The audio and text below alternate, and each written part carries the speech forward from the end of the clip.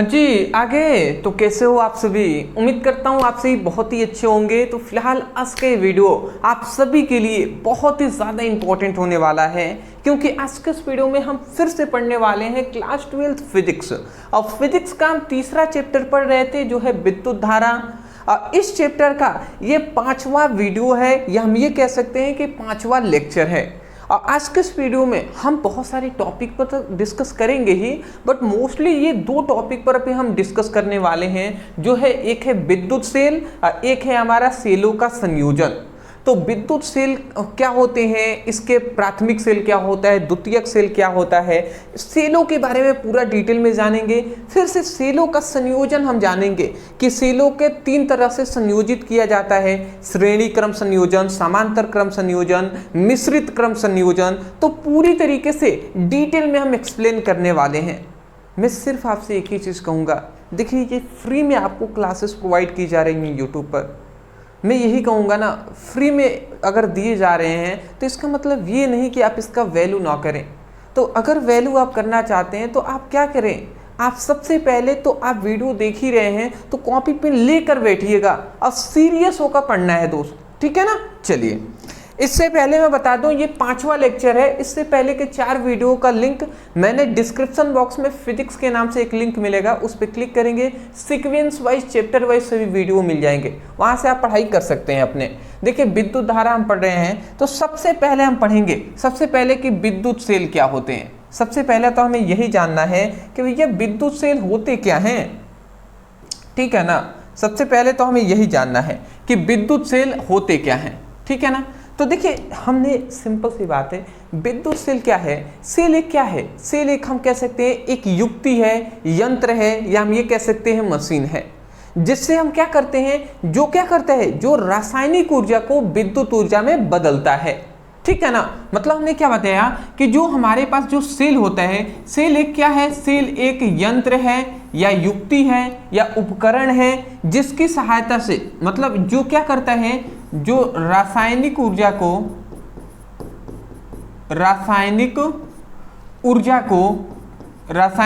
को किस में बदलता है, विद्युत ऊर्जा में बदलता है। विद्युत ऊर्जा में क्या करता है, बदलता है। समझ रहे हैं, मतलब एक ऐसा यंत्र, या हम ये कह सकते हैं एक ऐसी युक्ति जिससे रासायनिक ऊर्जा को विद्युत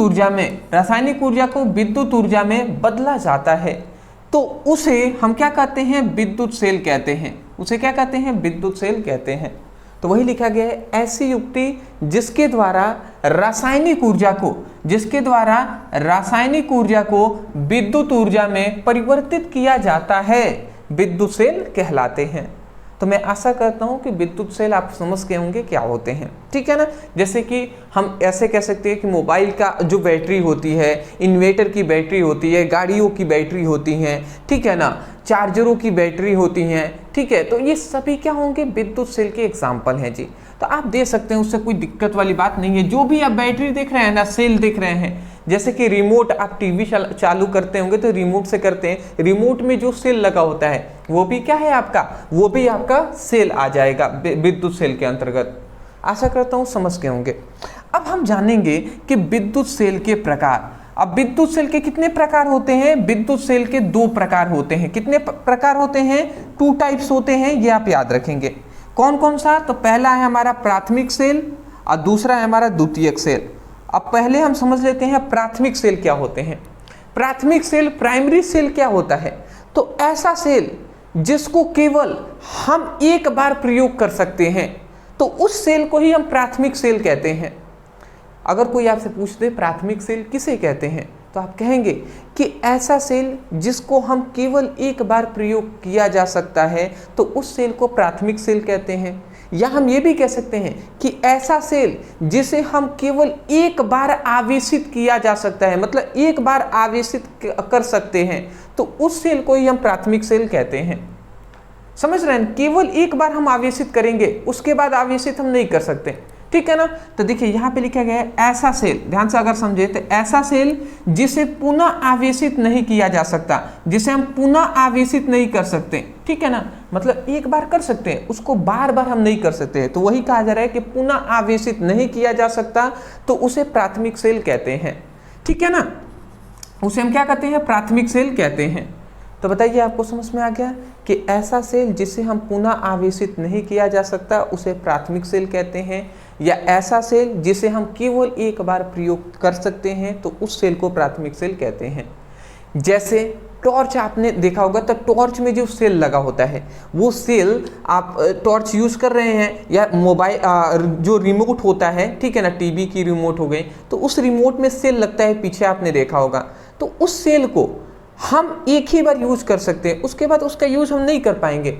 जब वो सेल समाप्त हो जाता है, हम कहते हैं सेल समाप्त हो गया, सेल खराब हो गया, तो उस सेल को हम फिर से चार्ज कर सकते हैं जी, नहीं कर सकते, तो वो सेल क्या होगा, प्राथमिक सेल होगा। तो वही हमने यहाँ पे लिखा हुआ है नोट में। नोट में हमने एक दो परिभाषा, सबसे पहले उदाहरण देख लीजिए, फिर नोट वाली पॉइंट्स को हम बताएंगे। देखिए सबसे पहले हो गया डेनियल सेल, ठीक है ना, फिर से शुष्क सेल, बर्तन सेल, अब वोल्टियर सेल, ये सभी हो गए जी। अब डेनियल सेल के ही अंतर्गत वो आ जाएंगे, मोबाइल के जो हो गए, जो सेल हो गए, या रिमोट का जो सेल हो गया आपका, ठीक है, ये सब आपके डेनियल सेल में आ जाएंगे। शुष्क सेल भी हो गया। बर्तन सेल का मतलब कि बर्तन में जैसे हम बना लेते हैं, जैसे कि ये एक बर्तन हमने ले लिया, अब इस बर्तन में हमने क्या कर दिया, इस बर्तन में हमने यहाँ तक विद्युत अपघट्य को घोल दिया है, विद्युत अपघट्य, जैसे कि जल के साथ NaCl भी इसमें है, ठीक है ना, इसमें विद्युत अपघट्य हमने घोल दिया। जैसे सपोज दैट यहाँ पे जल था, अब प्लस NaCl घोल दिया, तो इसी को विद्युत अपघट्य कहते हैं। अब इसमें हम क्या करते हैं, इसमें हम दो धातु के प्लेट को डुबा देते हैं, ठीक है, तो एक हमारा क्या हो जाता है, एक पर प्लस आवेश आ जाता है, एक ऋणात्मक आवेश उत्पन्न हो जाता है। तो जो प्लस आवेश आया इसको हम क्या कहते हैं, जिस पर प्लस आवेश आया है इसको हम एनोड कहते हैं, क्योंकि इसी पर ऑक्सीकरण की क्रिया हुई है। ये हमारा क्या हो जाएगा, ये हमारा हो जाएगा कैथोड, ठीक है ना। तो ये आप समझ गए होंगे, मैं आशा करता हूं। तो यही हमारा सेल है जी, ठीक है ना, बर्तन सेल, वोल्टियर सेल भी होते हैं, तो ये आप याद रखेंगे। नोट में हमने एक पॉइंट, दो पॉइंट ऐड किया है। सबसे पहली बात कि प्राथमिक सेल प्राथमिक सेल अनुत्क्रमणीय होते हैं। अनुत्क्रमणीय का मतलब कि केवल हम प्राथमिक सेल को एक ही बार यूज कर सकते हैं, उसे बार बार हम यूज नहीं कर सकते, ठीक है ना। वही हमारा क्या होता है, अनुत्क्रमणीय का मतलब सिंपल सा यही है जी, मतलब एक चीज से दूसरे चीज हम कर सकते। जैसे अगर आप उत्क्रमणीय अभिक्रिया, अनुत्क्रमणीय अभिक्रिया पढ़ेंगे तो उसमें ये होता है, अनुत्क्रमणीय का मतलब कि एक चीज से दूसरा चीज हम बना लिए, फिर से हम चाहें ना कि उस चीज से फिर से वापस हम इस चीज को बना लें तो नहीं बन पाएगा। जैसे कि दूध से दही हम बना सकते हैं, दही से दूध हम बनाएंगे जी, नहीं बन पाएगा। उसी का मतलब होता है अनुत्क्रमणीय अभिक्रिया, अनुत्क्रमणीय। तो जो प्राथमिक सेल होता है अनुत्क्रमणीय होता है, मतलब सेल का हम केवल एक बार यूज कर सकते हैं, फिर से दोबारा नहीं कर सकते हैं। तो इसीलिए फिर से कह रहे हैं इसे बार बार प्रयोग में नहीं लाया जा सकता है ना, इसे एक बार, हाँ ये सही लिखा गया है, मैंने कहा टाइपिंग मिस्टेक हो गया क्या, इसे एक बार प्रयोग में लाया जा सकता है, मात्र एक बार हम प्रयोग में ला सकते हैं। आशा करता हूं आप समझ गए होंगे। अगला आता है द्वितीयक सेल। द्वितीयक सेल का मतलब कि ऐसा सेल जिसे हम बार बार आवेशित कर सकते हैं, तो उस सेल को हम द्वितीयक सेल कहते हैं। या हम ये भी कह सकते हैं कि ऐसा सेल जिसे हम बार बार उपयोग में ला सकते हैं, मतलब ऐसा सेल जिसे हम बार बार प्रयोग में ला सकते हैं, तो उस सेल को द्वितीयक सेल कहते हैं, ठीक है ना। जिसे हम आवेशित कर पाएंगे बार बार, उसी को तो आप प्रयोग कर पाएंगे ना। तो वह सेल जिसे हम पुनः आवेशित कर सकते हैं, जिसे हम पुनः आवेशित किया जा सकता है, तो उसे हम द्वितीयक सेल कहते हैं, ठीक है ना। जैसे सबसे अच्छा इसका एग्जाम्पल है जैसे कि कार की बैटरी। अब कार की जो बैटरी होती है उसको हम पूरा चार्ज कर सकते हैं इन्वर्टर की सहायता से। फिर से मोबाइल फ़ोन, ये तो आप सभी जानते हैं, मतलब ये बैटरी आपकी जो चार्ज होता है समाप्त हो जाता है, फिर से हम उसको चार्ज करते हैं तो जो बैटरी है, जो सेल है, वो पुनः आवेशित हो जाता है कि नहीं। तो उसको बार बार हम क्या करते हैं, उपयोग करते हैं। लैपटॉप का जो चार्ज आपका सेल हो गया। फिर से इलेक्ट्रिक वाहनों में प्रयुक्त होने वाली बैटरियाँ, जैसे जो भी इलेक्ट्रिक वाहन है, जैसे कि कार हो गया, बस हो गए, ठीक है, मोटरसाइकिल हो गए, तो इन सभी में जो यूज करते हैं उसको हम पुनः आवेशित कर सकते हैं। तो ये सभी आपको, मैं आशा करता हूँ, उदाहरण आपको समझ में आ गए होंगे। तो ये था दोस्त सेल और सेलों के दो प्रकार। जितना मतलब सेलों के बारे में आपको क्लास 12th में जानना चाहिए उतना हमने यहाँ पे डिस्कस कर लिया है, ठीक है ना। ज़्यादातर नॉर्मली मैं आपको एक चीज़ और कहना चाहूँगा, प्राथमिक सेल में नॉर्मल आपको कोई दिमाग में अगर प्राथमिक सेल कहे तो आपके दिमाग में आना चाहिए कि रिमोट का चार्जर हो गया, ठीक है ना, रिमोट का जो सेल होता है या टॉर्च का जो सेल होता है वो प्राथमिक सेल होते हैं, क्योंकि उसे एक ही बार हम प्रयोग कर सकते हैं। एक बार लगाया, यूज कर रहे हैं, जैसे ही समाप्त हो गया वो, ठीक है, उसको फिर से हम फेंक ही देते हैं, उसका यूज़ हम नहीं करते, चार्ज नहीं कर पाते। और द्वितीयक सेल में सबसे अच्छा एग्जांपल आप ले सकते हैं मोबाइल की। तो मोबाइल को हम देख रहे हैं कि बार बार हम उस बैटरी है जो सेल है उसको बार बार हम चार्ज कर पाते हैं, आवेशित कर पाते हैं पुनः, तो वही हमारा द्वितीयक सेल हो जाएगा। तो आशा करता हूँ कि आपको आसानी तरीके से समझ में आए होंगे। तो इसी तरीके से मन लगाकर दोस्त आप सभी को पढ़ाई करना है। डिस्क्रिप्शन बॉक्स में हमने फिजिक्स की, केमिस्ट्री का सभी का लिंक दिए हुए हैं, तो उस पर ज़रूर आप क्लिक करके आप सीक्वेंस वाइज पढ़ाई करेंगे ना तो बेटर रहेगा। तो एक बार क्लिक करके चैप्टर वाइज अपनी पढ़ाई को स्टार्ट कीजिएगा, ठीक है ना। हाँ, दूसरी बात, व्हाट्सएप ग्रुप का लिंक, इंस्टा का लिंक, टेलीग्राम का लिंक, इन तीनों का हमने प्रोवाइड कर दिया है डिस्क्रिप्शन बॉक्स में। ज़रूर ज्वाइन हो जाएंगे वहाँ पे, ठीक है ना, ज़रूर ज्वाइन होंगे, क्योंकि वहीं पर आपके बोर्ड एग्जाम 2026 के लिए अच्छे तरीके से जो भी मटेरियल होंगे वो प्रोवाइड किए जाएंगे, ठीक है ना। स्क्रीनशॉट, बहुत ही अच्छी बात है दोस्त। दूसरा, सेलों का विद्युत वाहक बल। तो अब हम जानेंगे कि सेलों का विद्युत वाहक बल क्या होता है, फिर एक एक करके हम सब जानेंगे जी कि सेलों का टर्मिनल विभवांतर क्या होता है, ठीक है, आंतरिक प्रतिरोध क्या होता है, सब जानेंगे। तो सबसे पहले आ गया सेलों का विद्युत वाहक बल। तो देखिए, विद्युत वाहक बल के लिए हमने क्या लिखा है कि एकांक आवेश को पूरे परिपथ में प्रवाहित करने पर सेलों द्वारा किए गए कार्य को सेलों का विद्युत वाहक बल कहते हैं, ठीक है ना। ये आप याद रखेंगे। मतलब सेलों का विद्युत वाहक बल का फॉर्मूला होता है, सेलों का विद्युत वाहक बल को E से दर्शाते हैं, E=W/Q होता है, ये आप याद रखेंगे।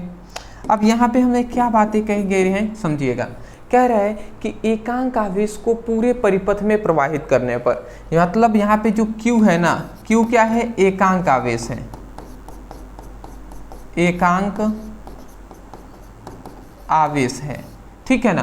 तो एकांक आवेश का मतलब क्या है, अगर हम Q के मान को, एकांक आवेश कब होगा, यदि ये जो Q है, Q मतलब मैं यहाँ पे लिख दे रहा हूँ, Q मतलब आवेश जो है ना, आवेश जो Q है उसके मान को 1 ले ले, तो 1 मतलब ही तो एकांक होता है ना, 1 का ही मतलब एकांक है। तो यदि Q के मान 1 हो जाए तो उस समय पर जो W जो कार्य होगा ना वो विद्युत वाहक बल के बराबर हो जाएगा। तो उस समय पर जो कार्य होगा W वो विद्युत वाहक बल V के बराबर हो जाएगा। विद्युत वाहक बल, विद्युत वाहक बल, अच्छा भी लिख दिए हैं क्या, विभव नहीं ना जी, ई से प्रदर्शित करते हैं ना विद्युत वाहक बल को, तो विद्युत वाहक बल के बराबर होगा। तो ये हम कह रहे हैं। तो आशा करता हूँ इतनी बात आप समझ गए होंगे। तो हमने क्या अभी तक बताया समझिएगा। हम ये कह रहे हैं कि यदि एकांक आवेश हो तो एकांक आवेश पर किया गया कार्य होता है ना, ये W क्या है, कार्य ही तो है। तो एकांक आवेश पर जो किया गया कार्य होता है वही हमारा क्या होता है, सेलों का विद्युत वाहक बल होता है। परंतु हम एकांक आवेश पर कार्य कर रहे हैं तो किस प्रकार का कार्य हो रहा है ये भी तो हमें बताना होगा ना।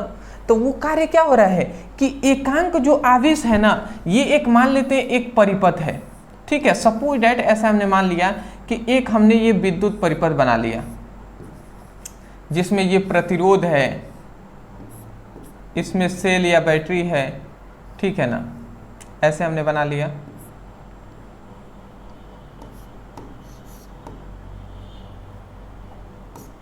यहाँ पे कुंजी है, यहाँ पे सेल लग गए इस तरीके से, ठीक है ना। तो यहाँ पे एक प्रतिरोध है, ये R है, यहाँ पे हमें कह सकते हैं सेल है E। तो यहाँ पे एक परिपथ है, तो यहाँ पे यही कहा जा रहा है कि इस परिपथ में यदि हम एकांक आवेश को प्रवाहित करते हैं Q = 1, मतलब एकांक आवेश को पूरे परिपथ में प्रवाहित करने पर सेलों द्वारा जो किया गया कार्य होगा, अब इस सेल कार्य करेगा तभी तो ये आवेश पूरे परिपथ में बहेंगे ना। तो वही कहा जा रहा है कि एकांक आवेश को पूरे परिपथ में, एकांक आवेश को पूरे परिपथ में प्रवाहित करने में जो किया गया कार्य होता है वही कार्य विद्युत वाहक बल कहलाता है। समझ रहे हैं ना कि एकांक आवेश पर किया गया कार्य, पर किस प्रकार का कार्य हो रहा है कि एकांक आवेश को पूरे परिपथ में हम प्रवाहित कर रहे हैं। तो वही बात लिखा गया है कि एकांक आवेश को पूरे परिपथ में प्रवाहित करने पर सेलों द्वारा किया गया कार्य सेलों का विद्युत वाहक बल कहलाता है। तो ये आप याद रखेंगे, और ये नॉर्मली मोस्टली आप ये चीज़ें याद रखेंगे। ये मैं इरेज कर दे रहा हूँ, ये सब लिखने की आवश्यकता नहीं है। हाँ, इतना आप ज़रूर लिखिएगा कि ये E क्या है, सेलों का विद्युत वाहक बल है, यहाँ पे W क्या है तो कार्य है, और ये Q क्या है, आवेश है, ठीक है। यहाँ पे 3 पॉइंट्स में लिख दे रहा हूँ, इसको आप ज़रूर बता दीजिएगा। सबसे पहली बात कि मात्रक, इसका मात्रक क्या होता है, राशि क्या होता है, और बीमा, ये सब आपको पता होना चाहिए। मात्रक क्या हो जाएगा जी, तो मात्रक हो जाएगा आपका जूल प्रति कूलाम, और दूसरा एक और भी आप कह सकते हैं जो है बोल्ट, ठीक है ना। तो जूल प्रति कूलाम आप कह सकते हैं या बोल्ट आप कह सकते हैं, उससे कोई भी दिक्कत वाली बात नहीं है जी, ठीक है ना। इस बात को आप याद रखेंगे। अगला हमारा आता है राशि। राशि कौन सी है, अब बीमा कौन सा है, ये मैं आपको अभी के लिए फिलहाल, चलिए कुछ तो काम आपको मिला,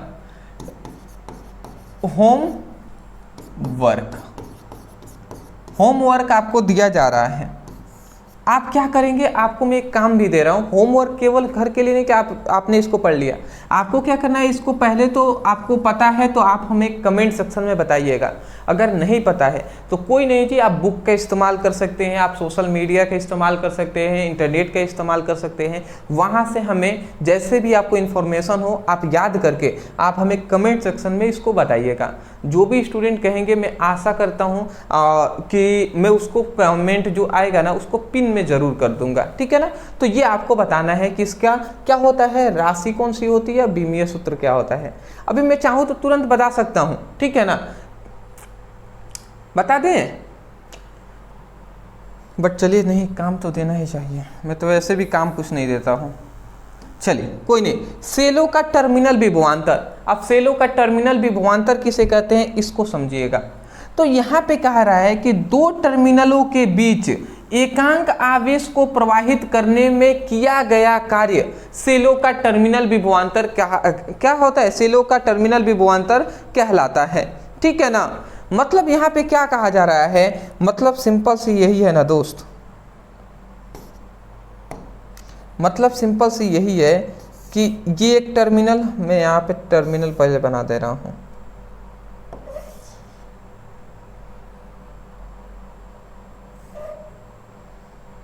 ये एक बड़ा सा हमने बर्तन ले लिया। अब इस बर्तन में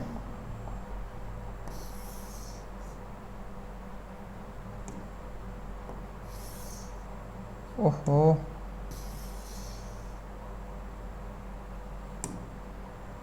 ये छोटा हो जा रहा है, चलिए कोई नहीं, मैनेज में कर लूँगा। ये समझिएगा एक बर्तन हमने ले लिया है। अब इसमें हम क्या कर देते हैं, इसमें एक धातु की प्लेट ये हम रख देते हैं, एक धातु का प्लेट यही है, ठीक है ना। ये इतनी बेसिक बात जानते हैं। इसमें क्या है, विद्युत अपघट्य घोला गया है। विद्युत अपघट्य का मतलब H2O के साथ NaCl, NaCl एक अच्छा विद्युत अपघट्य होता है, तो ये इसमें घोला गया है। अब जाहिर सी बात हमने बताया था ना कि एक पर प्लस Q आवेश उत्पन्न हो जाता है, एक पर ऋणात्मक आवेश उत्पन्न हो जाता है। तो हम ये कह रहे हैं जब हम आवेश प्रवाहित करेंगे तब होगा। बट इतनी बात समझिएगा, ये जो धातु की प्लेट है ना, इसी को टर्मिनल कहते हैं। क्या कहते हैं? टर्मिनल कहते हैं। इसी को क्या कहते हैं जी? टर्मिनल कहते हैं। तो यहाँ पे एक ये टर्मिनल है, एक ये टर्मिनल, एक धन टर्मिनल है, एक ऋण टर्मिनल।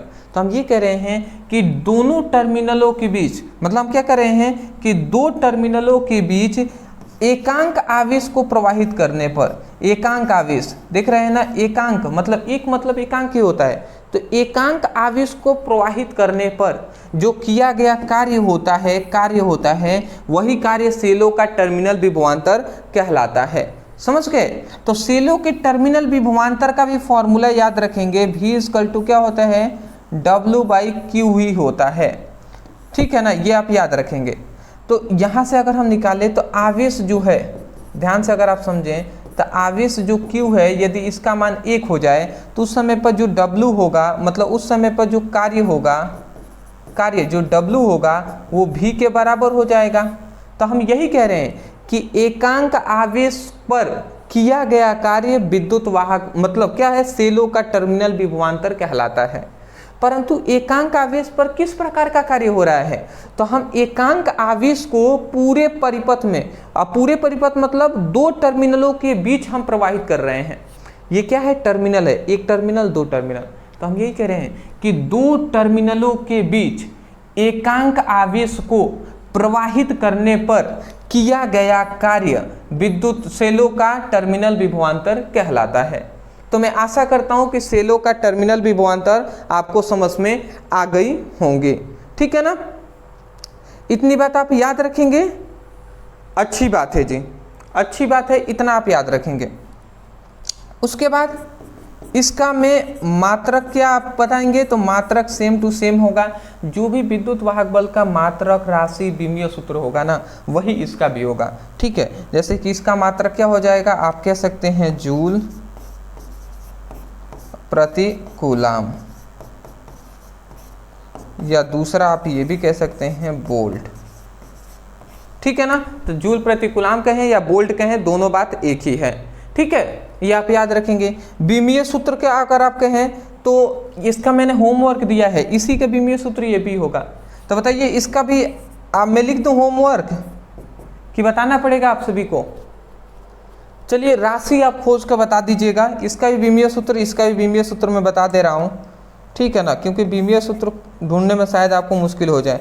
Ml2T-3A-1 होता है, ये आप याद रखेंगे। Ml2T-3A-1 होता है किसका? दोनों का विमीय सूत्र, दोनों मतलब सेलों का विद्युत वाहक बल का भी और सेलों का टर्मिनल विभवांतर का भी, यही होता है जी विमीय सूत्र, ये वाला।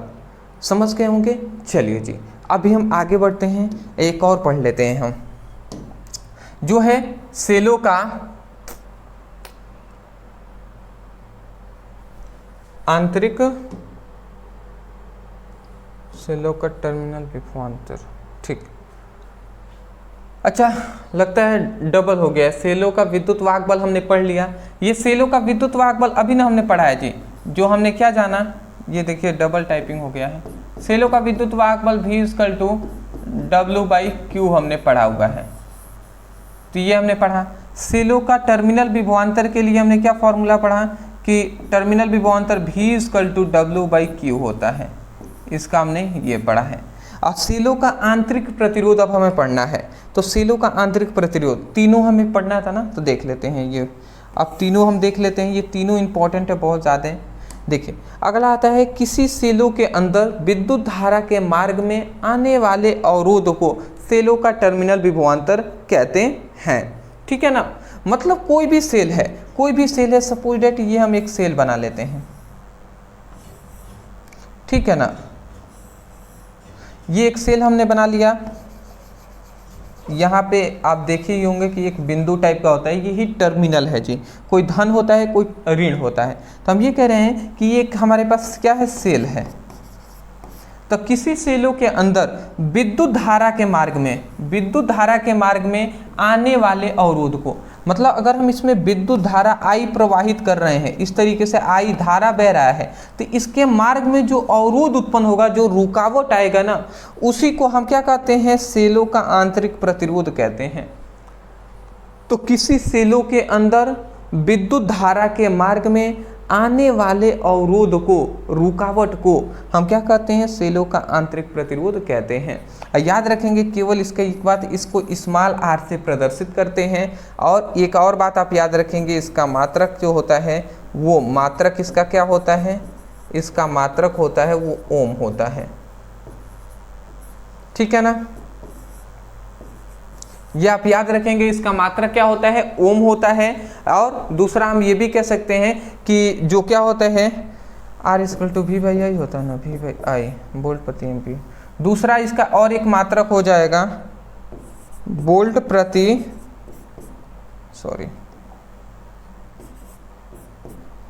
एम्पीयर, वोल्ट प्रति एम्पीयर। तो ये दो आप याद रखेंगे। आशा करता हूँ कि ये जो तीनों टॉपिक है ये आपको समझ में आए होंगे। दो अभी सेलों का विद्युत वाहक बल, सेलों का टर्मिनल विभवांतर, ये हमने पूरा बताया था। और तीसरा एक ये भी टॉपिक इसी के अंतर्गत हमने समझना था, सेलों का आंतरिक प्रतिरोध, जो कि यहाँ पे हमने बता दिया। आशा करता हूँ आप समझ गए होंगे। तो चलिए दोस्त, स्क्रीनशॉट ले लीजिए, फिर आगे बढ़ेंगे।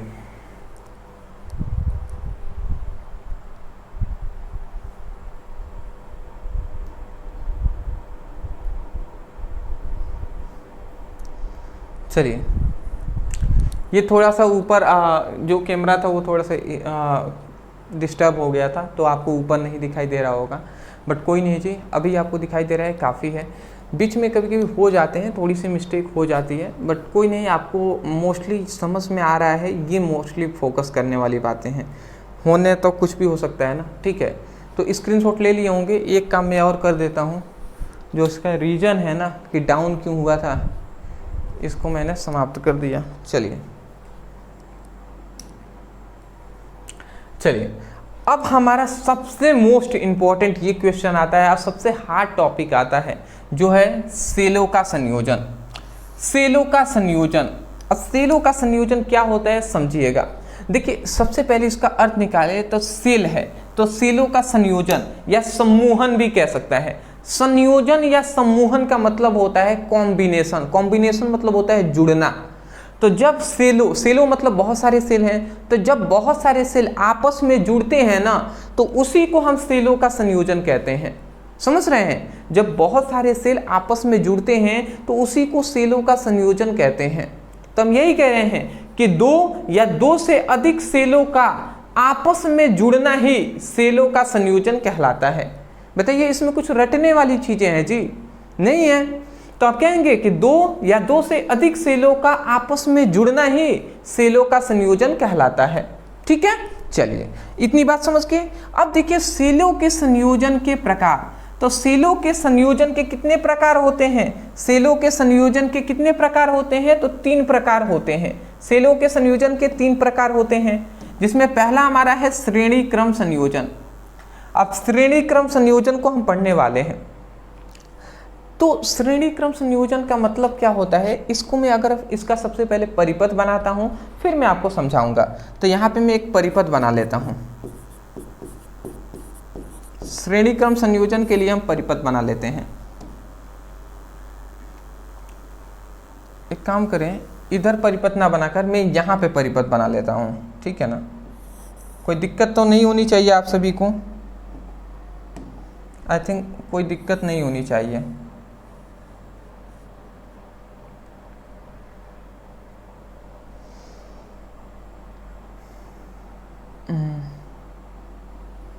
अच्छा, श्रेणी क्रम में हम जोड़ रहे हैं ना? हाँ, चलिए ठीक है, ठीक। थोड़ा सा आप वेट करेंगे, ज़्यादा टाइम नहीं लगेगा, बट मोस्टली थोड़ा सा तो आपको वेट करना ही पड़ेगा।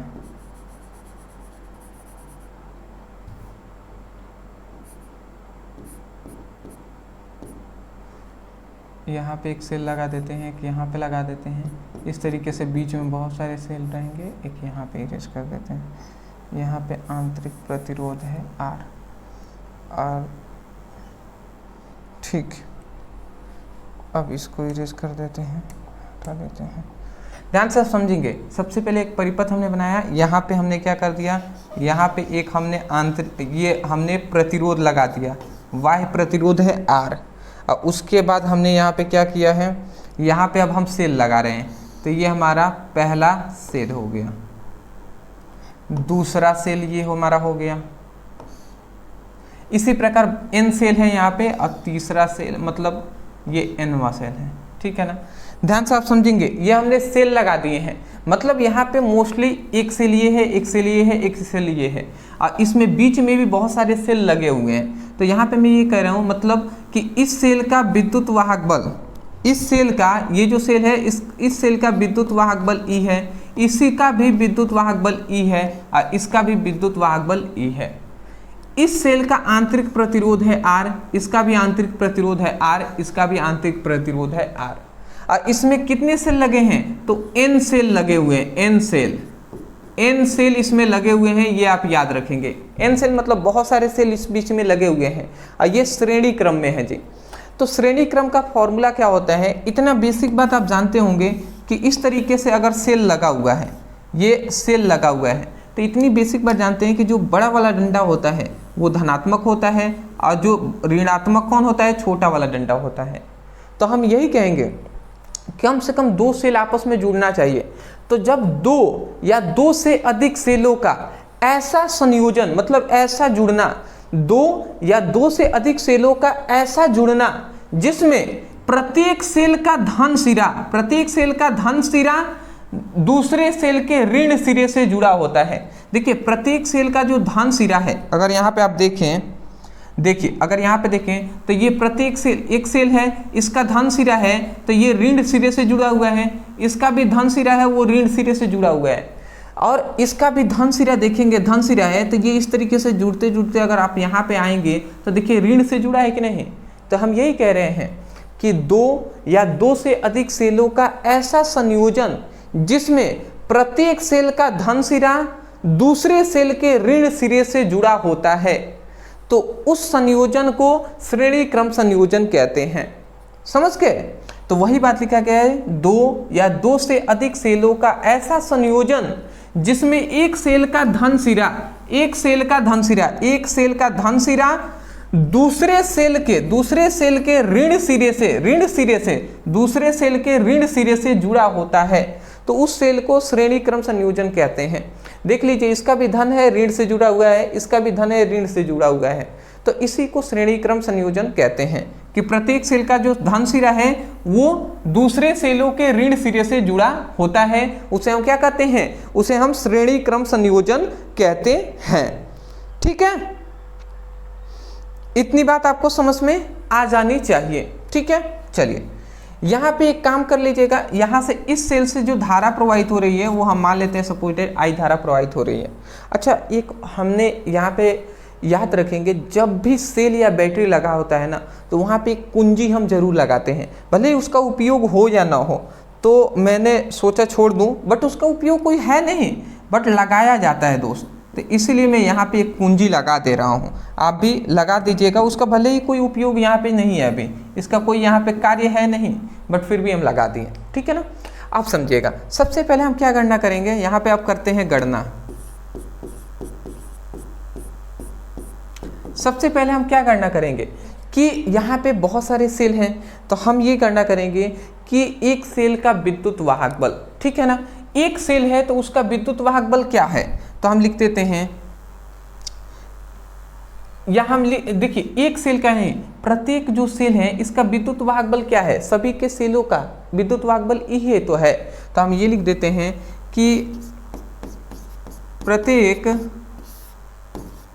सेल का विद्युत वाहक बल, प्रत्येक सेल का विद्युत वाहक बल क्या है जी, E है। तो इसी प्रकार n अगर सेल है, एक ये सेल, ये सेल, तो n सेल है ना, तो n सेलों के लिए विद्युत वाहक बल क्या हो जाएगा, तो n सेलों के लिए विद्युत वाहक बल क्या हो जाएगा जी, तो n सेलों का विद्युत वाहक बल, n सेलों का विद्युत वाहक बल क्या हो जाएगा, तो n सेलों का विद्युत वाहक बल जो होगा ना वो क्या हो जाएगा जी, वो n इंटू ई हो जाएगा। समझ रहे हैं, n सेल है इसलिए n इंटू ई हो जाएगा। क्यों, अरे भैया श्रेणी क्रम में जुड़े हुए हैं तो एक सेल, फिर से दूसरा सेल, फिर से तीसरा सेल, तो इस तरीके से जुड़ते जुड़ते जाएंगे। तो ये n सेल हैं, n सेल का मतलब कोई नंबर होगा, तो n सेल, इसी तरीके से n सेल इसमें जुड़े हुए हैं, फिर से e है, तो n सेल टोटल हैं, तो n क्या है, एक नंबर है, और जो e है तो e हम लिख देंगे, तो वही हमने कहा है श्रेणी क्रम में है ना, तो इसलिए हमने लिखा हुआ है। श्रेणी क्रम में क्या होता है, R1 क्या होता है, E1 plus E2 plus E3 plus E4 ऐसे ही ना होता है, तो इस तरीके से हम करते हैं। देखिए हमने इससे पहले मैं बता दूं सेलों का संयोजन पढ़ रहे हैं, इससे पहले हमने संधारित्रों का भी संयोजन पढ़ा है, प्रतिरोधों का भी संयोजन पढ़ा है। तो अभी तक हमने ये जाना कि प्रत्येक सेल का विद्युत वाहक बल E है, तो n सेलों का विद्युत वाहक बल n इंटू ई हो जाएगा। अब इसी प्रकार हम ये करेंगे कि प्रत्येक सेल का आंतरिक प्रतिरोध हम ज्ञात करेंगे। तो हम ये लिखते हैं कि प्रत्येक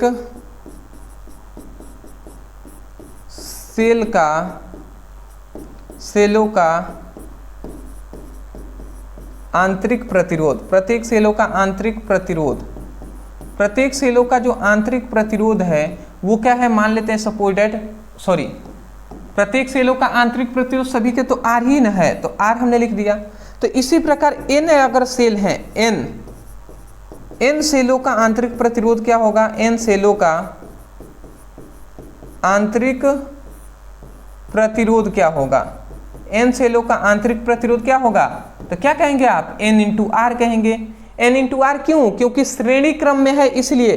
अब श्रेणी क्रम में क्या होता है, R1 plus R2 plus R3, इसी तरीके से हम जोड़ते हैं जी। और समांतर के लिए 1/R1 प्लस 1/R2, कोई भी प्रतिरोध को हम जोड़ रहे थे तो इस तरीके से समांतर के लिए होता है।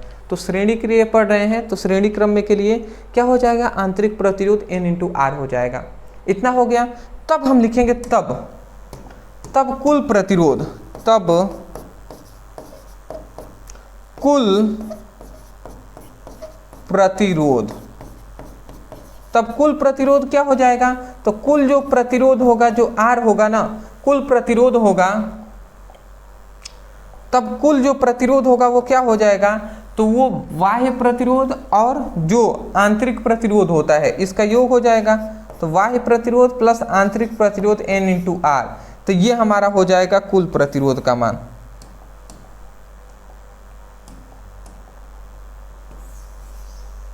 ये हमारा कुल प्रतिरोध का मान हो जाएगा जो है R प्लस एन आर, ठीक है ना।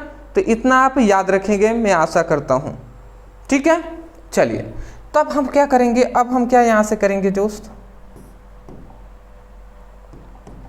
अब यहां से फिर से हम एक रेखा खींच लेते हैं। तब जब हमने कुल प्रतिरोध ज्ञात कर लिया, तब हम ज्ञात करेंगे, तब परिपथ में कुल विद्युत धारा, परिपथ में कुल विद्युत धारा। तो विद्युत धारा क्या होता है, विद्युत धारा I इक्वल टू, विद्युत धारा क्या होता है, I इक्वल टू, तो विद्युत धारा इक्वल टू क्या होता है, विद्युत धारा इक्वल टू होता है सेलों का विद्युत वाहक बल बटे कुल प्रतिरोध। यही ना होता है जी, सेलों का विद्युत वाहक बल बटे क्या होता है, कुल प्रतिरोध होता है। तो सेलों का विद्युत वाहक बल क्या है जी, तो n सेलों का विद्युत वाहक बल, यही तो n सेल लगे हुए हैं ना, तो n सेल ही तो कुल सेल है, तो कुल सेलों का विद्युत वाहक बल n इंटू ई है, तो n इंटू ई लिख दिए। अब बटे कुल प्रतिरोध, तो कुल प्रतिरोध R प्लस एन आर है, तो R plus N into R है, तो ये हमने n इंटू आर लिख दिए, ठीक है। तो ये हमारा सबसे पहला, तो ये हमारा मेन फॉर्मूला यहाँ पे आ गया जी,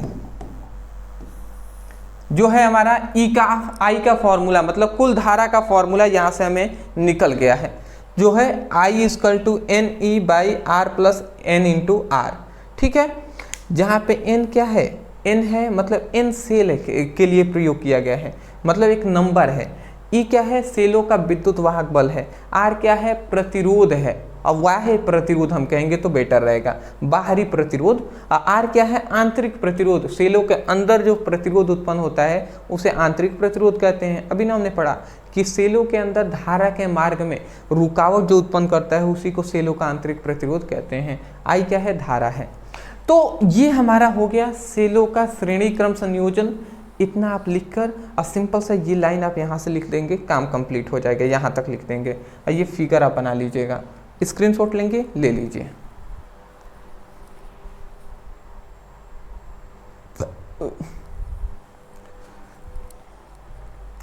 अब हम जानेंगे समांतर क्रम संयोजन, ठीक है ना। क्या जानेंगे जी, समांतर क्रम संयोजन। समांतर क्रम संयोजन का मतलब क्या होता है कि दो या दो से अधिक सेलों का ऐसा संयोजन जिसमें प्रत्येक सेल का धन सिरा एक टर्मिनल से तथा प्रत्येक सेल का धन टर्मिनल किसी एक बिंदु से तथा ऋण टर्मिनल किसी दूसरे बिंदु से जुड़ा होता है, उसे हम समांतर क्रम संयोजन कहते हैं, ठीक है ना। तो ये आप याद रखेंगे, ठीक है ना। इतना आप याद रखेंगे तो बहुत है जी। चलिए चलिए हम दिखाते हैं आपको कैसे करना है।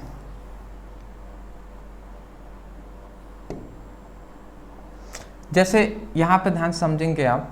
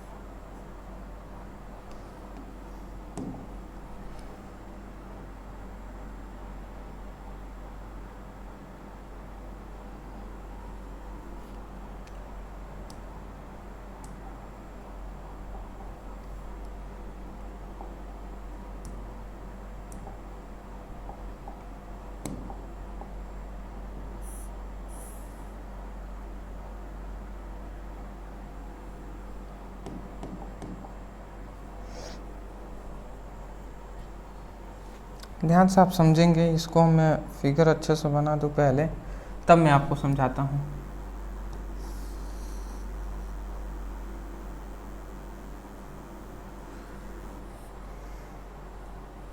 एक तो कैसे भी कम करना पड़ेगा यहाँ पे,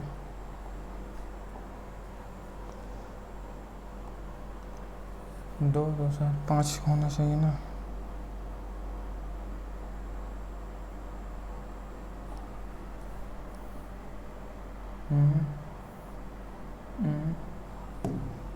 एक 5 ऐसे करेंगे बराबर रहेगा, ठीक है, उससे कोई दिक्कत नहीं है। अभी मैं आपको समझाऊंगा दोस्त, उसके लिए परेशान आप ना हो, ठीक है ना। पहले मैं सोचकर ये पहले बना दूँ टोटल फिगर, उसके बाद हम आपको बताएंगे, उसके लिए आप परेशान नहीं होंगे।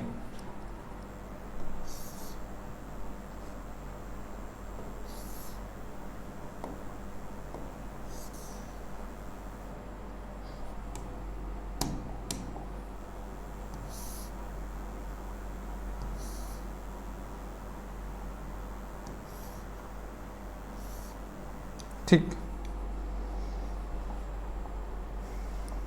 यहाँ पे एक सेल लगा हुआ है, यहाँ पे एक सेल लगा हुआ है, इसी तरीके से इस समय में सेल लगा हुआ है, यहाँ पे एक सेल लगा हुआ है, ठीक है ना। उसके बाद यहाँ पे मैं कह सकता हूँ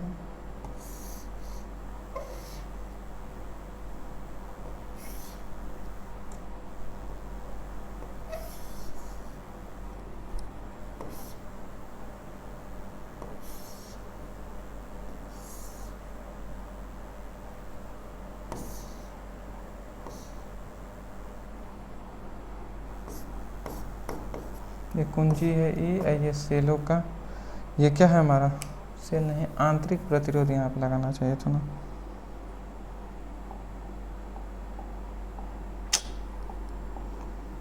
अब इतना टाइम नहीं है आपके पास भी, मैं समझ रहा हूँ, थोड़ा सा वेट कर लेंगे। यहाँ पे बाह्य प्रतिरोध लगा था। देखिए अब आपका कंप्लीट हो ही गया है। थोड़ा सा फिगर में तो टाइम लगता ही है दोस्त, क्योंकि मिस्टेक बिल्कुल भी नहीं करना है हम सभी को, थोड़ा टाइम लगे भले ही, बट कोई नहीं जी। हाँ जी, अब हम अपने आगे हैं। देखिए सबसे पहली बात, यहाँ पे आपको एक सेल ये दिखाई दे रहा होगा, एक ये, बीच में बहुत सारे सेल लगे हुए हैं, जैसे एम पंक्ति तक। यहाँ पे मैं लिख दे रहा हूँ कि एम पंक्ति तक यहाँ पे सेल लगे हुए हैं। कितना? एम पंक्ति तक इसमें सेल लगे हुए हैं। या हम ये कह सकते हैं कि एम पंक्ति ना कहकर एम सेल लगे हुए हैं, एम सेल लगे हुए हैं इसमें। अब ये जो सेल है इसका विद्युत वाहक बल E है, इसका भी विद्युत वाहक बल E है, इसका भी विद्युत वाहक बल E है। इस सेल का आंतरिक प्रतिरोध है R, इसका भी आंतरिक प्रतिरोध है R, इसका भी आंतरिक प्रतिरोध है R, और इसका बाह्य प्रतिरोध क्या है? कैपिटल R है। अब इस सेलों से जो धारा प्रवाहित होती है वो यहाँ पे है, जो है I। इतनी बात अगर आप समझ गए हैं तो हम फिर आगे बढ़ेंगे दोस्त, ठीक है ना? अगर आप रेडी हैं तो बोलिए, ठीक है? रेडी हैं? चलिए, तो देखिए हम इतनी बेसिक बात अभी हमने आपको बताया है कि ये इस तरीके से सेल लगे होंगे। तो हमने कहा ना कि एक सेल का ये धन टर्मिनल बड़ा वाला होता है, एक छोटा वाला ऋण टर्मिनल होता है। तो यहाँ पे ये हमसे कहा जा रहा है कि देखिए दो या दो से अधिक सेलों का ऐसा संयोजन जिसमें प्रत्येक सेल का धन सिरा किसी एक बिंदु से तथा ऋण सिरा किसी दूसरे बिंदु से जुड़ा हुआ होता है या मिला हुआ होता है, तो उस संयोजन को समांतर क्रम संयोजन कहते हैं। बताइए, अब याद हो गया आपको? देखिए प्रत्येक सेल का धन सिरा है, ये भी इस बिंदु से, इसका भी, इन सभी का बीच में जितने भी होंगे, और ये भी इसका भी। देखिए दो धन टर्मिनल है, ये एक बिंदु से मिला है कि नहीं? तो वही कहा जा रहा है कि प्रत्येक मतलब दो या दो से अधिक सेलों का ऐसा संयोजन जिसमें प्रत्येक सेलों का धन सिरा किसी एक बिंदु से तथा ऋण सिरा किसी दूसरे बिंदु से जुड़ा हुआ होता है, तो उस सेल को हम क्या कहते हैं? समांतर क्रम संयोजन कहते हैं। ठीक है, तो अब हम यहां से फिर से अब करते हैं गणना। आप ये बात आप याद रखेंगे, परिभाषा लिखने के बाद साइड में फिगर आप बना लेंगे। अब यहाँ से गणना हम कर रहे हैं, तो सबसे पहला हम गणना क्या करेंगे दोस्त? सबसे पहला गणना करेंगे कि ये जो प्रत्येक सेल है इसका विद्युत वाहक बल। तो हम लिखेंगे कि प्रत्येक सेल का विद्युत वाहक बल, प्रत्येक सेल का विद्युत वाहक बल क्या होगा? तो प्रत्येक सेल का विद्युत वाहक बल क्या है जी? E है। प्रत्येक सेलों का देख रहे हैं विद्युत वाहक बल E है। तो इसी प्रकार अगर n सेल हैं तो n सेलों का विद्युत वाहक बल क्या होगा? n सेलों का विद्युत वाहक बल क्या होगा जी? बताइए, आप ही बताइए। प्रत्येक सेल का विद्युत वाहक बल E है, तो इसी प्रकार n सेल हैं तो उसका विद्युत वाहक बल क्या होगा? अब बहुत सारे स्टूडेंट कहेंगे कि सर n × E होगा, ये कहेंगे, बट ये 100% में कह रहा हूं कि गलत है। क्यों गलत है? क्योंकि हम श्रेणी क्रम नहीं पढ़ रहे हैं, हम समांतर क्रम पढ़ रहे हैं। समांतर क्रम के लिए कोई भी संयोजन हो, यदि समांतर क्रम संयोजन होता है तो वहां पर विभव का मान क्या होता है? विभव का मान, विद्युत विभव का मान क्या होता है? समान होता है, इक्वल होता है। तो समांतर क्रम संयोजन है तो वहां पे विभव का मान क्या होगा? नियत होगा। तो विभव का मतलब यहाँ पे विद्युत वाहक बल से है, तो विद्युत वाहक बल सभी के लिए क्या होगा? क्या होगा? E ही होगा। क्यों? क्योंकि समांतर क्रम में जब भी जुड़े रहेंगे ना तो वहां पे विभव का मान नियत होता है, मतलब विद्युत वाहक बल का मान नियत होता है। नियत का मतलब सभी का एक समान होगा, तो इसीलिए हमने E लिखा है। ठीक है ना, ये आप याद रखेंगे। दूसरा, अब हम ये गणना करेंगे कि प्रत्येक सेलों का आंतरिक प्रतिरोध क्या है? R है। तो हम ये लिखेंगे प्रत्येक सेल का आंतरिक प्रतिरोध, प्रत्येक सेलों का आंतरिक प्रतिरोध क्या है? वो है, प्रत्येक सेलों का आंतरिक प्रतिरोध है R। प्रत्येक सेलों का आंतरिक प्रतिरोध है R। तो इसी प्रकार n प्रतिरोध हैं आंतरिक प्रतिरोध, तो हम ये लिख देंगे कि n सेलों का, इसीलिए फिर से हम लिखते हैं कि n सेलों का आंतरिक प्रतिरोध, n सेलों का आंतरिक प्रतिरोध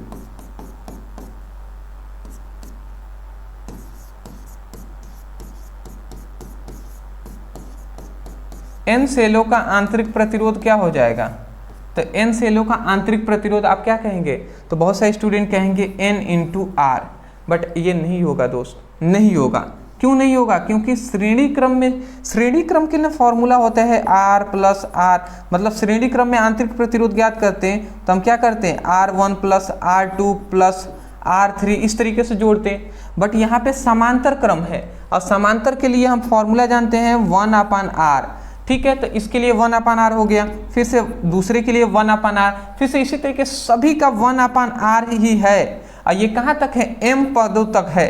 तो इसका मतलब अगर हम इसका 1/r डैश मतलब n सेलों का आंतरिक प्रतिरोध 1/r मान लिए, तो इस तरीके से सभी जुड़ते जाएंगे तो m सेल है तो m हम लिख देंगे, अब बाई सभी के नीचे हर समान है तो r लिख देंगे। तो ये हमारा हो जाएगा जी कि n सेलों का आंतरिक प्रतिरोध 1/r डैश इक्वल टू क्या होता है, m/r हो जाएगा। अगर हम इसको सॉल्व करें तो क्या यहाँ से निकलेगा, यहाँ से ये तिर्यक गुणा होगा या अपोजिट कर देते हैं तो ये r डैश का जो वैल्यू निकलेगा वो r/m निकलेगा। तो r/m ये हमारा क्या निकल गया, r जो m निकला है ना ये हमारा निकल गया है, ये r/m क्या निकला है, m/r निकला है समांतर क्रम संयोजन के लिए फॉर्मूला। तो इतनी बात समझ के अब जैसे ही हमारा n सेलों का आंतरिक प्रतिरोध, n सेल का मतलब कुल आंतरिक प्रतिरोध हमारा मान ये निकल गया, तब हम लिखेंगे तब कुल प्रतिरोध,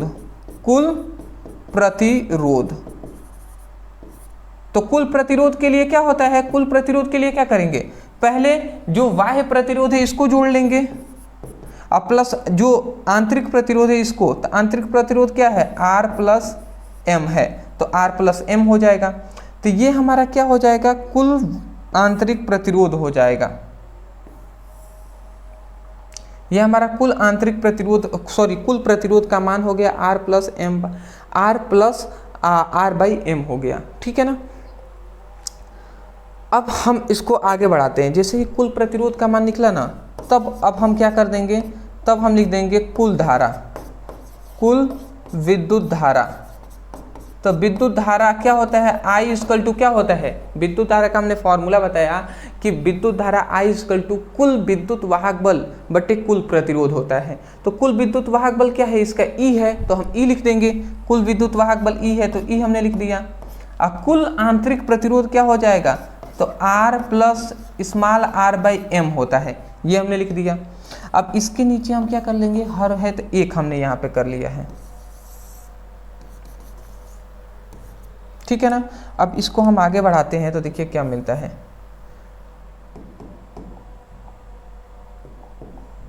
इसके बाद I इक्वल टू क्या है, ये E है तो हमने E लिख दिया।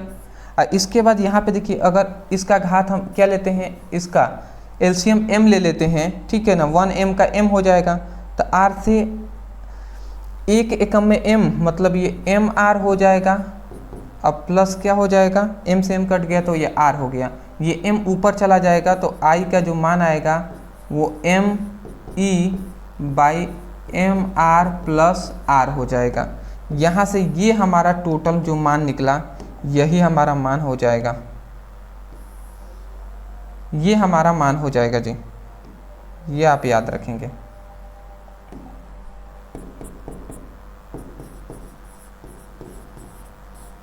ठीक है ना, ये हमारा मान हो गया। समांतर क्रम संयोजन I equal to me/mr plus r हो जाएगा। तो ये हमारा हो गया जी। आशा करता हूँ आपको समझ में आया होगा। याद रखेंगे श्रेणी क्रम के लिए अलग होता है, समांतर क्रम के लिए सब अलग होगा, ठीक है ना, क्योंकि श्रेणी और समांतर क्रम का फॉर्मूला अलग अलग होता है। श्रेणी क्रम में देखिए, श्रेणी क्रम में अगर हम आते हैं तो वहाँ पे n इंटू ई लिखेंगे, परंतु समांतर क्रम में आएंगे ना, समांतर क्रम में तो यहाँ पे देखिए ओनली ई लिखा गया है। फिर से श्रेणी क्रम में आते हैं तो आंतरिक प्रतिरोध भी n इंटू आर कर दिए हैं, परंतु समांतर क्रम में आएंगे ना तो 1/, देखिए समांतर क्रम के लिए 1/r1 equal to 1/r plus 1/r plus 1/r, इस तरीके से m पद होंगे। तो उसको सॉल्व किए हैं तो ये हमारा आया, फिर हमने मान रखा है, ठीक है ना। विद्युत धारा में इसमें भी मान रखे थे, देखिए विद्युत धारा में ही मान हमने रखा था तो ये निकला। फिर से इसमें भी हमने कैसे, जब कुल प्रतिरोध निकल गया तो विद्युत धारा का मान हमने रखा है। समझ रहे हैं ना। अच्छी बात है, स्क्रीनशॉट। चलिए जी,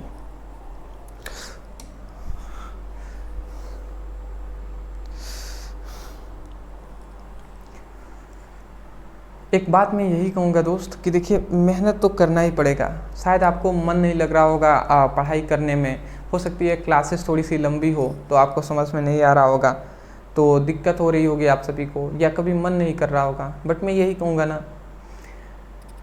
अगर आप चाहते हैं कि आपके माता पिता, आपका परिवार, आप स्वयं एक सुकून की नींद अगर ले सकें तो मेहनत तो करना ही पड़ेगा दोस्त।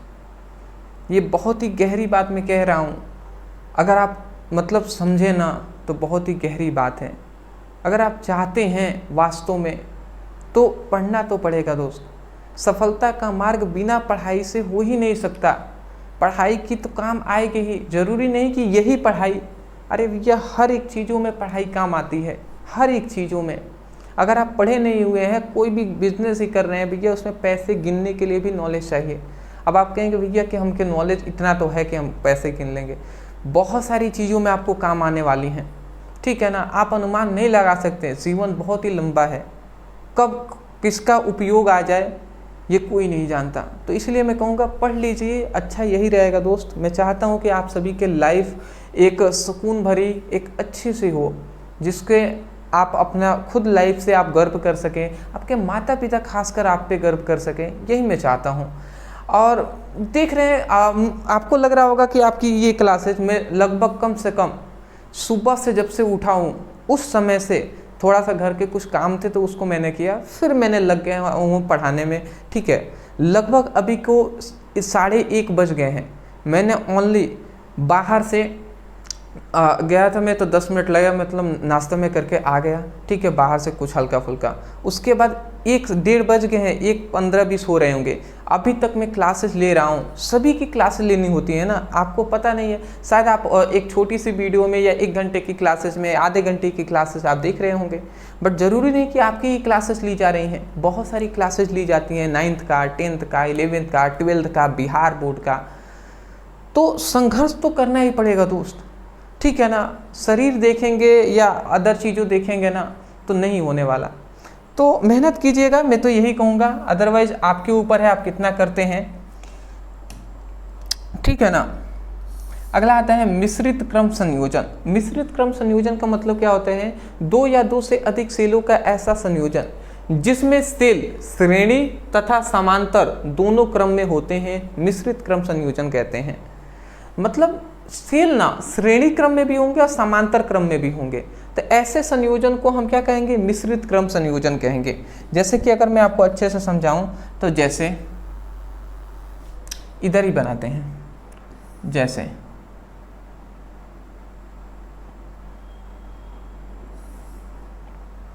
इस तरीके से हम ले लेते हैं।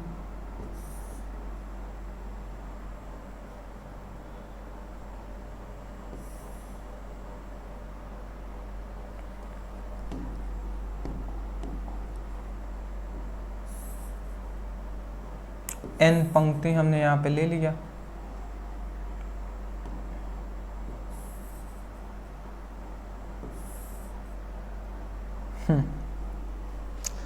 अब ध्यान से समझेंगे आप, क्या करें हम,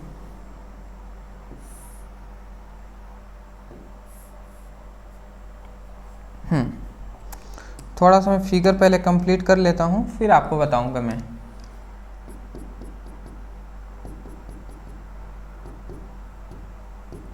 इस तरीके से यहाँ पे बहुत सारे सेल लगे होंगे।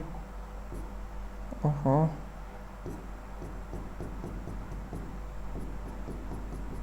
ठीक, इसी प्रकार इसमें भी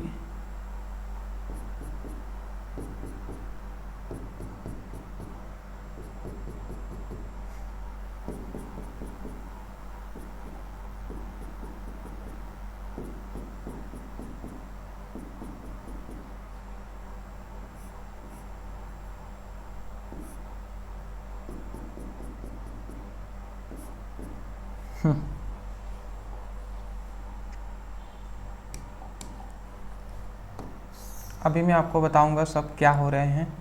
बस मैं थोड़ा सा इसको एडजस्टमेंट कर लूँ।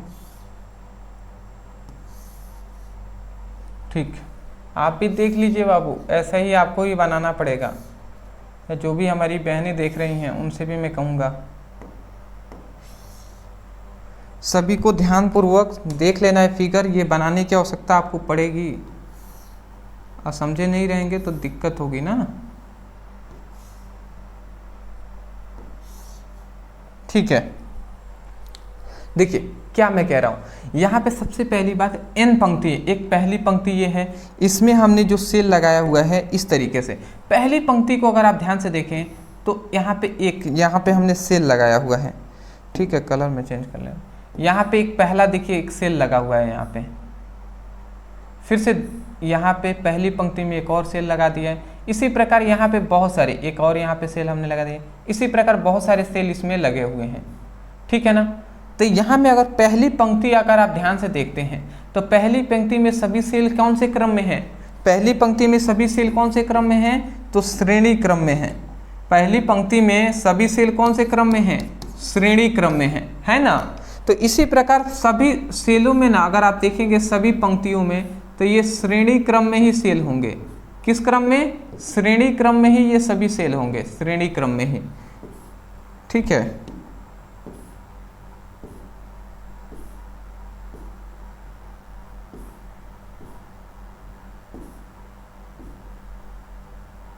ठीक, ये देख लीजिएगा, ये सभी श्रेणी क्रम में हैं। ये सभी पंक्ति के, अगर पंक्ति अगर ओनली देख रहे हैं आप, पंक्ति अगर देखिए पहली ये अंतिम पंक्ति, तो इसमें सभी श्रेणी क्रम में, श्रेणी क्रम में, श्रेणी क्रम, श्रेणी क्रम। परंतु अगर स्टेप बाय स्टेप देखिए, एक पंक्ति ये, फिर दूसरी पंक्ति, तो पहली दूसरी हो गई, फिर से तीसरी, इस तरीके से देखिए तो समांतर क्रम में भी है। किस क्रम में है? समांतर क्रम में। समझ रहे हैं? देखिए पहले सेल, दूसरा सेल, तो इस तरीके से आएंगे। देख रहे हैं ना, यहाँ पे पीछे में कह दूं तो एक सेल, उसके नीचे सेल, नीचे सेल, तो ये समांतर क्रम में हो गया। और इसके पहले अगर श्रेणी क्रम में जाएं तो दिख रहे हैं एक सेल, दूसरा, तीसरा, इस तरीके से सेल लगा होगा, तो श्रेणी क्रम। तो हम यही कह रहे हैं कि दो या दो से अधिक सेलों का ऐसा संयोजन जिसमें प्रत्येक, मतलब जिसमें क्या हो, जिसमें श्रेणी क्रम और समांतर क्रम दोनों में जुड़े हुए हों, तो उस सेल को मिश्रित क्रम संयोजन कहते हैं।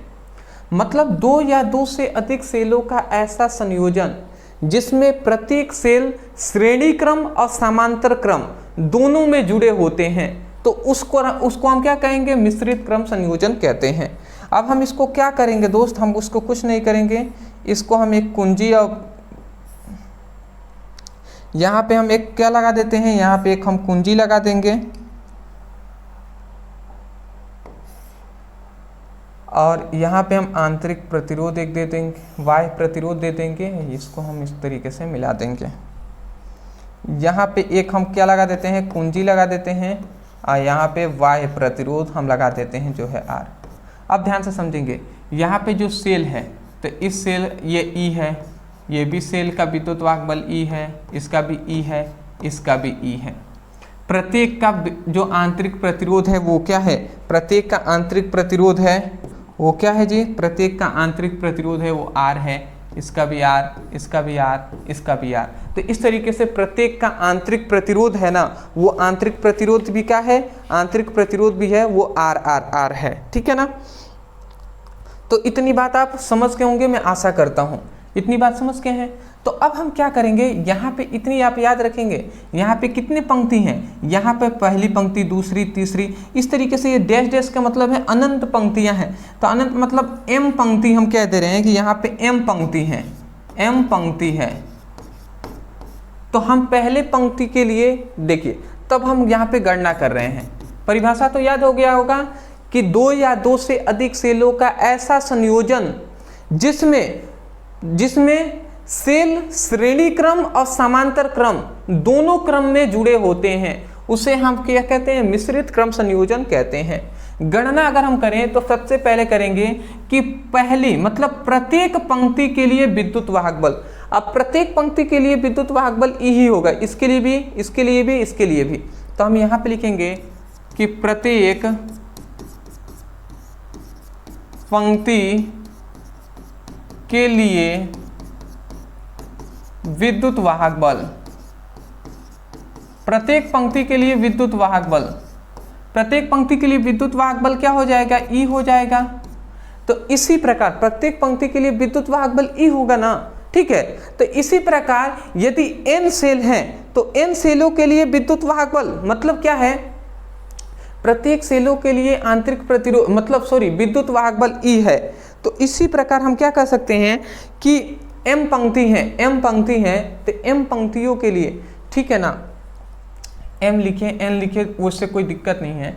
तो यहाँ पे हम ये कह सकते हैं m ही कर देते हैं, n पंक्ति,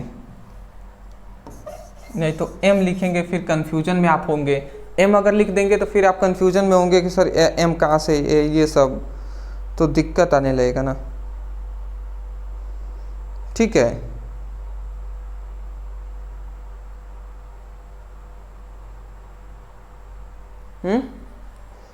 अच्छा, मैं आपको पूछना चाहूँगा कि एक बात आप समझिएगा।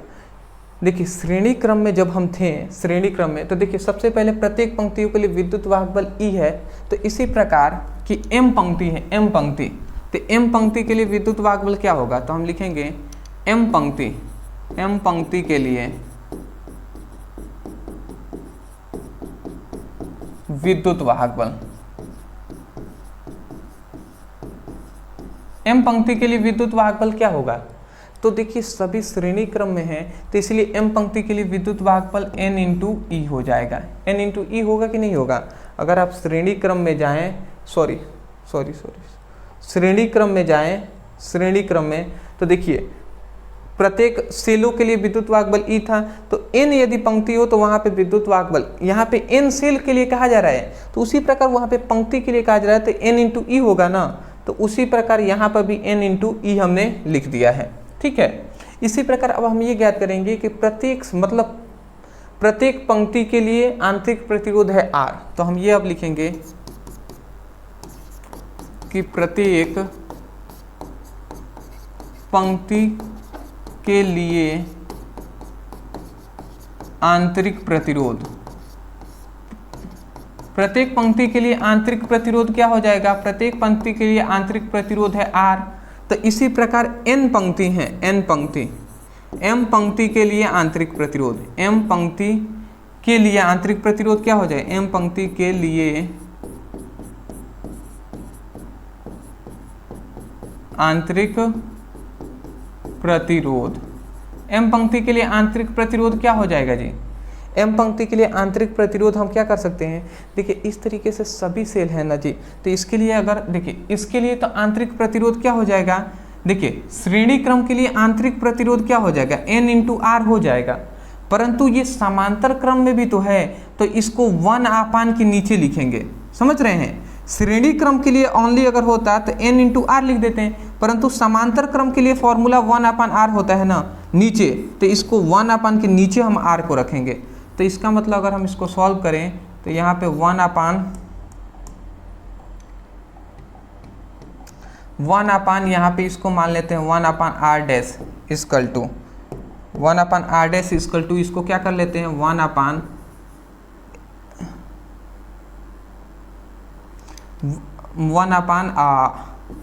r plus 1/n r plus इसी प्रकार m पंक्ति तक आपके होंगे, m पंक्ति तक 1/m r होंगे।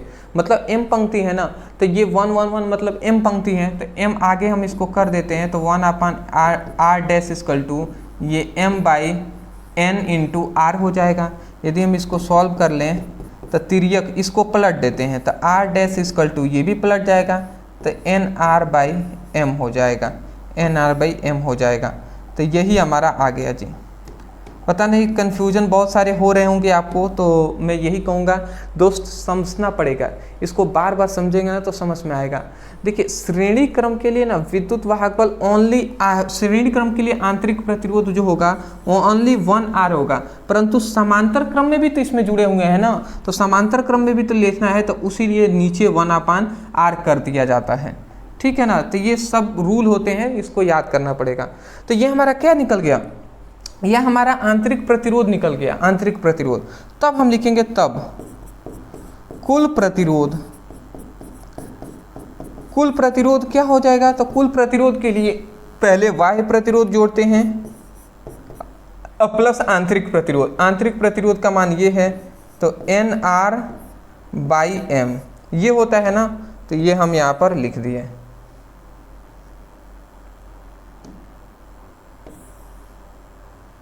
ठीक है, ये हमने यहाँ पर लिख दिए।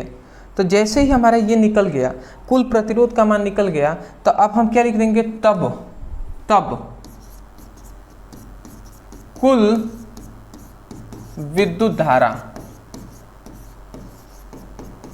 धारा I इक्वल टू क्या होता है, विद्युत धारा इक्वल टू क्या होता है, पहले हम ऊपर लेंगे कुल विद्युत वाहक बल बटे कुल प्रतिरोध। तो कुल विद्युत वाहक बल क्या है जी, N × E है, ठीक है ना, N × E है, तो ये हमने लिख दिया। और नीचे क्या है, कुल आंतरिक प्रतिरोध है, क्या है जी, R + NR/M, तो R + NR/M ये है ना, ये हमने लिख दिया। अब कुल धारा है तो इसको I से हम दर्शा दे रहे हैं। अब ध्यान समझिए कि इसका बटे में 1 ले लेते हैं, इसके बटे में अगर 1 लेकर लसा लेंगे तो ये N × यहाँ पे ये क्या हो जाएगा, N × E है, ये हमारा मेन बटा, और इसका लसा लेते हैं तो M, 1 एकम M मतलब MR, अब प्लस M से M कट गया तो NR, ये M चला जाएगा ऊपर गुणा करा लेगा, तो I equal to NME/MR + NR। ये जो हमारा यही है जी, यही है हमारा मिश्रित क्रम संयोजन के लिए फॉर्मूला। तो ये हम यहाँ पर लिख दे रहे हैं प्रूव्ड। ये मिश्रित क्रम के लिए फॉर्मूला है, जो है क्या है, MNE/RM/NR, ठीक है ना। तो ये आप याद रखेंगे। देखिए, जितना आप प्रैक्टिस करेंगे दोस्त, मैं आपको स्पष्ट रूप से कह रहा हूँ, जितना आप प्रैक्टिस करेंगे उतना ही आपको आएगा। हो सकता है एक बार आप पहली बार पढ़ रहे होंगे तो उतना समझ में ना आया है, बट इसका मतलब ये नहीं कि आप इसको छोड़ दें, इसका मतलब ये नहीं है, बिल्कुल आपको मेहनत करना पड़ेगा। आप इसको बार बार रिपीट करके देखिए, वीडियो को समझने का प्रयास कीजिए, आप खुद कॉपी में नोट डाउन कीजिए, उसको पढ़िए, जब वीडियो समाप्त हो जाए फिर पढ़िए, समझने का प्रयास कीजिए, कुछ तो समझ में आएगा, फिर वीडियो निकाल के देखिए, फिर समझिए। काम यही है आपका, पढ़ाई पे फोकस तो करना ही पड़ेगा दोस्त, करना ही पड़ेगा। तो अदरवाइज मैं यही कहूँगा कि प्रैक्टिस करेंगे तो ही कुछ होने वाला है। अदरवाइज मैं यही कहूँगा, वीडियो पसंद आया तो वीडियो को लाइक करने के साथ साथ चैनल पर नए होंगे सब्सक्राइब कर दीजिएगा। डिस्क्रिप्शन बॉक्स में सभी सब्जेक्ट का लिंक है, वहाँ से क्लिक करके अपनी स्टडी कर सकते हैं। व्हाट्सएप ग्रुप और टेलीग्राम ग्रुप में ज्वाइन हो जाएंगे। इंस्टा पे हमें फॉलो कर लीजिएगा, लिंक हमने डिस्क्रिप्शन बॉक्स में दे दिया है। हाँ, एक आवश्यक बात है जो कि अभी आपको बताया जाएगा, उसको देख लीजिएगा, ठीक है ना। चलिए, थैंक यू। बीच में वीडियो को रोकने के लिए मैं माफ़ी चाहूँगा। फिलहाल मैं आपको बता दूं कि जो भी स्टूडेंट अपनी बोर्ड एग्जाम क्लास 12 की तैयारी कर रहे हैं उनके लिए ये आवश्यक बात है। सबसे पहले मैं बता दूं कि आपकी जो फिजिक्स है या केमिस्ट्री है उसका जो कंप्लीट नोट्स है वो हमने कंप्लीटली बना दिया है। यदि आप भी फिजिक्स और केमिस्ट्री का दोनों का कंप्लीट नोट्स आपको चाहिए तो आपको ये दिखाई दे रहा होगा। ओनली आपको देखिए, आपकी फिजिक्स है वो फिजिक्स के 15 आपके 14 चैप्टर हैं और केमिस्ट्री के लगभग आपके 10 चैप्टर, लगभग 24 चैप्टर हैं। इन 24 चैप्टरों का चैप्टर वाइज आपको फुल नोट्स आपको दिया जा रहा है, फुल पीडीएफ नोट्स आपको दिया जाएगा। तो ये नोट्स आपको आराम से ओनली, मैं कह रहा हूं ओनली 199 में आपको दिया जा रहा है। तो जो भी स्टूडेंट अपने बोर्ड एग्जाम के प्रति सीरियस हैं वो इस नोट्स को जरूर लेंगे। नोट्स लेने के लिए नीचे व्हाट्सएप नंबर दिखाई दे रहा है, इस नंबर पर मैसेज कर लीजिए, वहां कहिएगा क्लास 12 फिजिक्स केमिस्ट्री का फुल नोट्स चाहिए। जैसे ही आप कहते हैं आपको फुल नोट्स है वो आपको सेंड कर दिए जाएंगे, वहां पे स्कैनर दिया जाएगा, पेमेंट करने के बाद बता दीजिएगा। ओनली 199 में आपको फिजिक्स केमिस्ट्री दोनों 24 चैप्टरों का नोट्स दिया जाएगा। यदि मान लेते हैं आपको ओनली फिजिक्स चाहिए तो ओनली ये फिजिक्स का 99 में मिल जाएगा, और यदि केमिस्ट्री भी चाहिए तो ये भी आपको ओनली 99 में मिल जाएगा। तो एक भी आप कोई भी ले सकते हैं। तो चलिए दोस्त, नीचे नंबर है, आप मैसेज कर लीजिए। Thank you.